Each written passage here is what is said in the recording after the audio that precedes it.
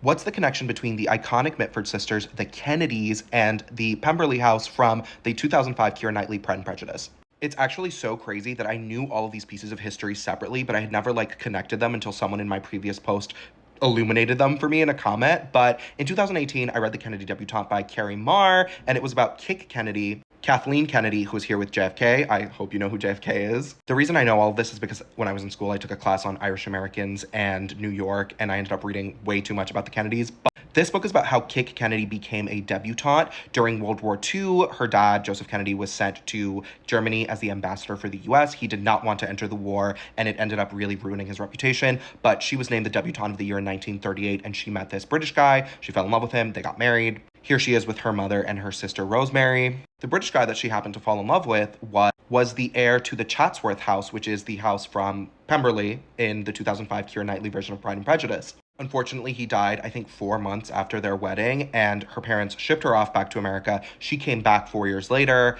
fell in love with a different guy who was married, and unfortunately, they both passed away in a plane crash. You can never talk about the Kennedys without ending up somewhere with a horrible, horrible death.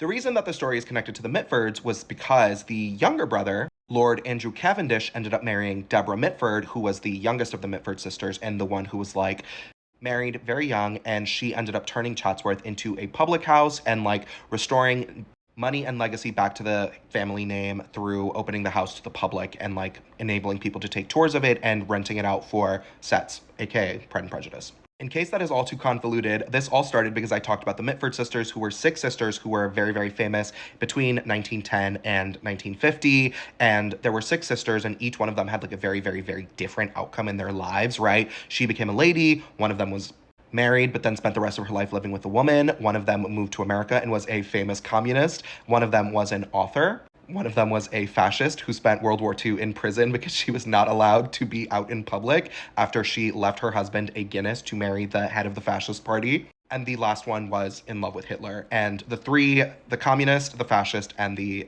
one who was in love with Hitler, are the ones that the Black sisters from Harry Potter are based off of.